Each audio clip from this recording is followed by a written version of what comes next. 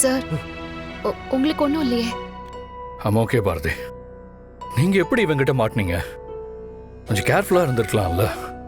இல்ல சார், எனக்கு அந்த நிமிஷம் அந்த பொண்ணை காப்பாத்தணுங்கிறது மட்டும்தான் மைண்ட்ல இருந்துச்சு.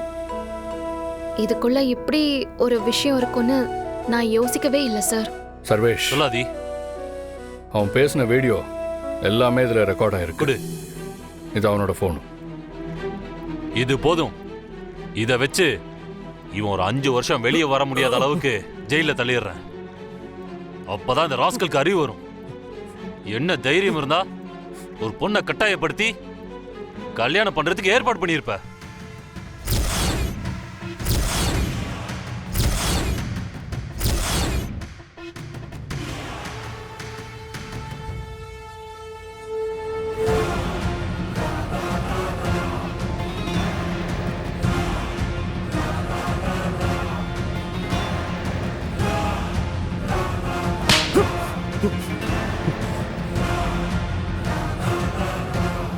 இந்த அடி என்ன நீ கல்யாணம் பண்ணணும்னு நினைச்சதுக்கு.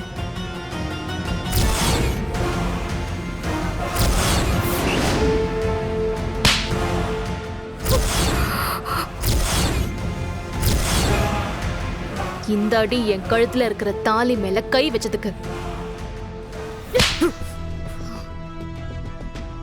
இனிமே இன்னொரு தடவை இந்த மாதிரி யோசிச்ச உன்னை வெட்டி நானே பொலி போட்டுருவேன்.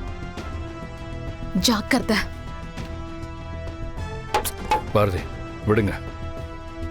இனிமே அவன் வெளியே வர முடியாதபடி பண்ணிடுறேன்.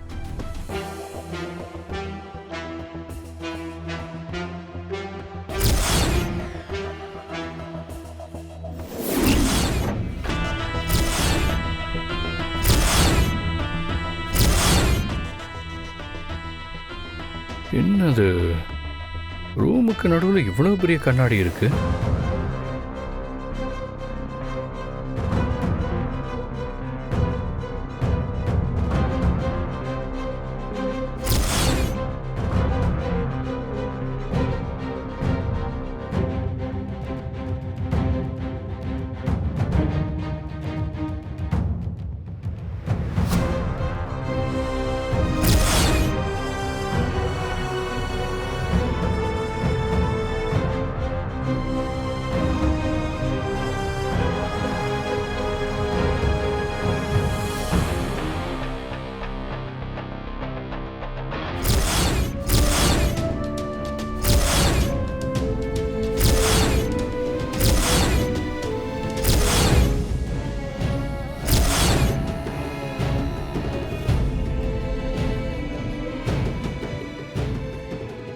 என்ன ஆதி, ரொம்ப நேரமா கண்ணாடியே பார்த்துக்கிட்டு இருக்க?